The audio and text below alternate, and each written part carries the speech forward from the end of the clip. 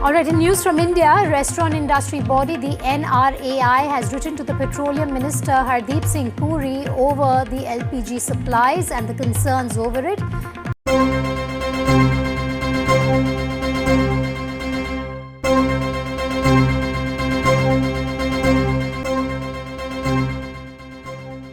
हफ्ते में सिर्फ 4 दिन दफातर खुलेंगे। तेल की बचत के लिए हफ्ते में एक इजाफी छुट्टी दी जा रही है, मगर इसका इतलाक बैंकों पर नहीं होगा।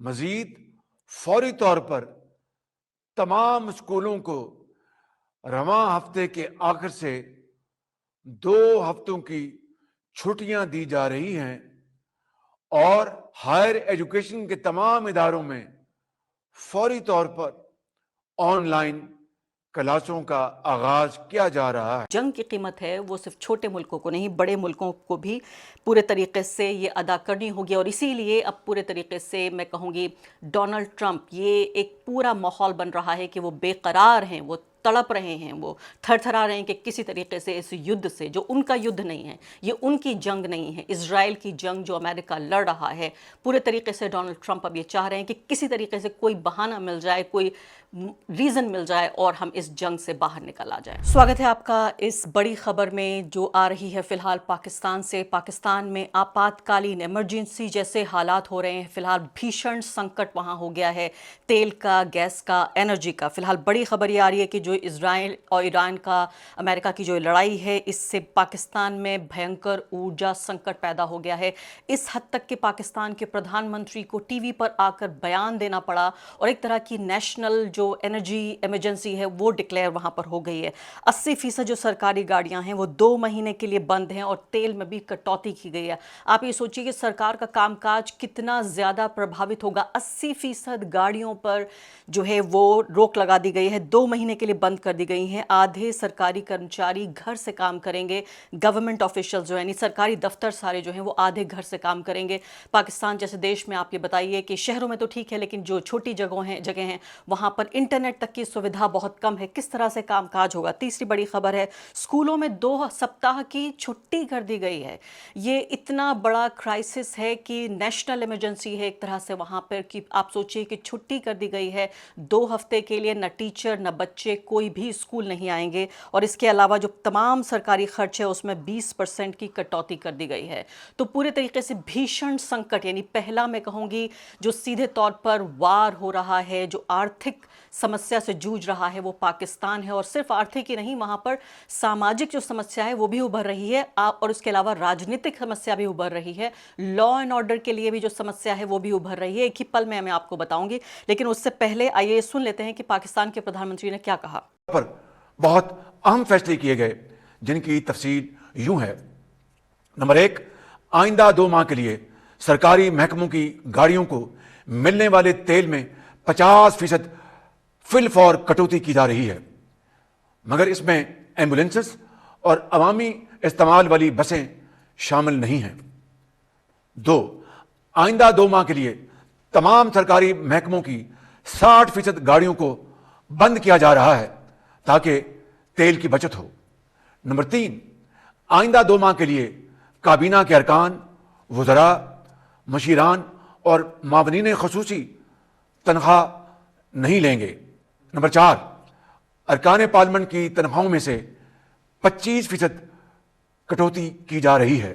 नंबर 5, 20 ग्रेड और इससे ऊपर के ऐसे अफसरान जिनकी तनख्वाह 3 लाख से जायद है, इनकी 2 दिन की तनख्वाह की कटौती करके अवामी रिलीफ के लिए, यानी आपकी रिलीफ के लिए इस्तेमाल की जाएगी। नंबर 6, तमाम सरकारी महकमों के तनख्वाहों के अलावा किए जाने वाले अखराजात में 20% कमी की जा रही है। नंबर 7, सरकारी महकमों में गाड़ियों, फर्नीचर, एयर कंडीशनर्स और दीगर अशिया की खरीदारी पर मुकम्मल पाबंदी आयद कर दी गई है। तो आपने ये देखा कि यहाँ पर पाकिस्तान के प्रधानमंत्री सीधे तौर पर एक तरह की नेशनल इमरजेंसी को आधिकारिक रूप से डिक्लेयर नहीं कर रहे क्योंकि पैनिक हो सकता है, और पैनिक तो हो गया है। वहाँ पैनिक खरीदारी हो रही है सामान की, तेल की, हर चीज़ की, और लोगों में काफ़ी समस्या है। कई पत्रकारों से मैंने वहाँ पर बातचीत की, उन्होंने कहा कि एक अफरा तफरी का वहाँ पर आलम है। भारत के बारे में भी आपको एक ही पल में बताऊंगी, लेकिन उससे पहले पाकिस्तान की पूरी खबर आपको बताती हूँ कि जो PKR 55 PKR पर लीटर हो गया है वहाँ पर तेल, और ये पूरे जो देश के इतिहास में ये सबसे बड़ी वृद्धियों में से एक है। आप सोचिए, पाकिस्तान में तेल काफ़ी सस्ता होता है क्योंकि खाड़ी के देशों से आता है, उनके संबंध काफ़ी अच्छे हैं तमाम ये जो ऑयल रिच कंट्री हैं, और 50 PKR पर लीटर हो चुका है। ये तमाम जो पश्चिम एशिया में संकट हो रहा है, खासकर जो स्ट्रेट ऑफ हॉर्मुज का जो संकट है, जिसमें मैंने आपको बताया था कि कैसे पूरी दुनिया का एक बड़ा हिस्सा तेल का वो वहीं से कंट्रोल होता है। भारत में भी 30% से ज़्यादा जो तेल है ये स्ट्रेट ऑफ हॉर्मुज से आता है। और इसके अलावा न सिर्फ कि तेल, बल्कि तेल की जो गुणवत्ता है, क्वालिटी ऑफ ऑयल जो है, वो ये समझ लीजिए कि आप सोने जैसी है ईरान में। बाकी खाड़ी के देशों में अगर मिला लें, बाकी वेनेजुएला का तेल मिला लें या रूस का तेल मिला लें, लेकिन जो ईरान है और ये पूरे खाड़ी देश हैं, इनमें सबसे ज़्यादा सोने जैसी क्वालिटी का ये पूरे तरीके से यानी तेल है। और इसके अलावा अमेरिका में भी भीषण संकट मंडरा रहा है, ये भी मैं आपको बताऊंगी। और ये भी आपको बताऊंगी एक बड़ी खबर इस वक्त की, वो ये कि तमाम अमेरिकी जानकार ये कह रहे हैं कि डोनाल्ड ट्रंप बुरे तरीके से तड़प रहे हैं और एक तरह से एग्जिट यानी कि इस जंग से बाहर जाने का कोई तरीका ढूंढ रहे हैं। मैं आपको एक ही पल में वो बताती हूँ, लेकिन इससे पहले आप ये सोचिए कि तमाम अलग अलग जगहों पर, कराची, लाहौर, इस्लामाबाद और बड़े बड़े शहरों में लंबी लाइनें यहाँ पर लगी हुई हैं,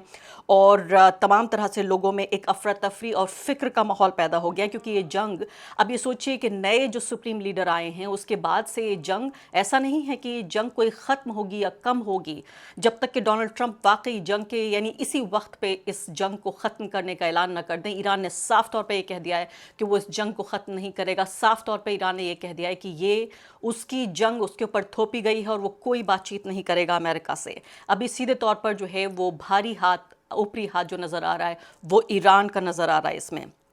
तो तमाम तरह के जो प्राइसेस हैं यानी LPG के और गैस के और इसके अलावा तेल के, ये सब कुछ जो है वो ज़्यादा नज़र आ रहे हैं। इसके अलावा आप ये देख रहे हैं तमाम तरह से यहाँ पर एक तरह से मैं कहूँगी एक लॉ एंड ऑर्डर की स्थिति भी पाकिस्तान में पैदा हो रही है। इससे पहले भारत का जिक्र कर लेती हूँ। भारत में भी दिशा निर्देश जारी किए गए हैं। ईरान और इजराइल के युद्ध के मद्देनज़र दिशा निर्देश जारी किया गया है। पेट्रोलियम और प्राकृतिक गैस मंत्रालय के निर्देश पर जो तेल कंपनियाँ हैं उन्होंने गैस डिस्ट्रीब्यूटर्स को नया आदेश दिया है। क्या है ये आदेश? उन्होंने कहा है कमर्शियल गैस सिलेंडर सिर्फ अस्पताल और जो एजुकेशनल इंस्टीट्यूशंस हैं सिर्फ उनको दिए जाएंगे। ये एक ख़ास बात है, भारत ने इस बात का फैसला किया है। होटल्स और रेस्टोरेंट्स और बाकी जो कमर्शियल जो एक्टिविटीज़ हैं उनको फ़िलहाल कमर्शियल गैस नहीं मिलेगी। तो ये दिशा निर्देश भारत की सरकार की तरफ से जारी हुआ।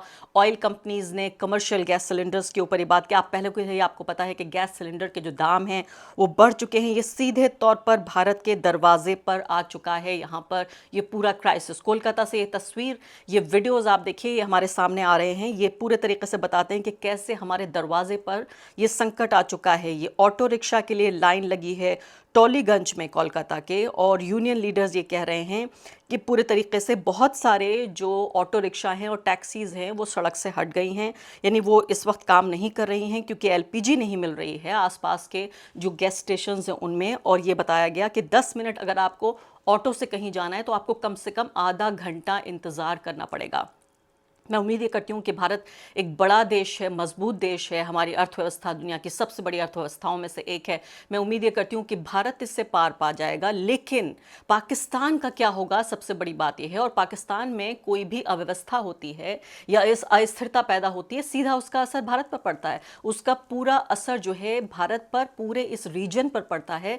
तो इसके अलावा कि पाकिस्तान एक गरीब देश है, हमारा पड़ोसी देश है, इसके अलावा भी हमारे पड़ोसी देश होने के नाते सीधा असर हम पर पड़ेगा, इस पूरे रीजन पर पड़ेगा। ये भी समझने वाली बात है कि पाकिस्तान की पूरी जो इकोनॉमी है वो सीधे तौर पर अमेरिका पर आधारित है, IMF पर, वर्ल्ड बैंक पर, उन्हीं की खैरात पर पाकिस्तान की पूरी इकोनॉमी आधारित है। बुरा लगेगा पाकिस्तानियों को मैं ये बात कह रही हूँ, लेकिन उनको खुद मालूम है। खुद पाकिस्तान के मंत्री कैमरे पर आकर ये कह चुके हैं कि हमारे अभी जो ये वेंटिलेटर्स लगे हुए हैं ये भी अमेरिका की मेहरबानी से लगे हुए हैं। हम तो अपने तेल का बिल पे नहीं कर सकते, हम किस बात में और क्या करें। अब ये देखिए फिलहाल यूएस एम्बेसी का इस्लामाबाद में ये ट्वीट, ये बहुत अपने आप में बहुत गंभीर संकट की तरफ इशारा कर रहा है, क्योंकि अयतुल्ला अली खामनेई की हत्या करके अमेरिका ने कितनी बड़ी गलती की है।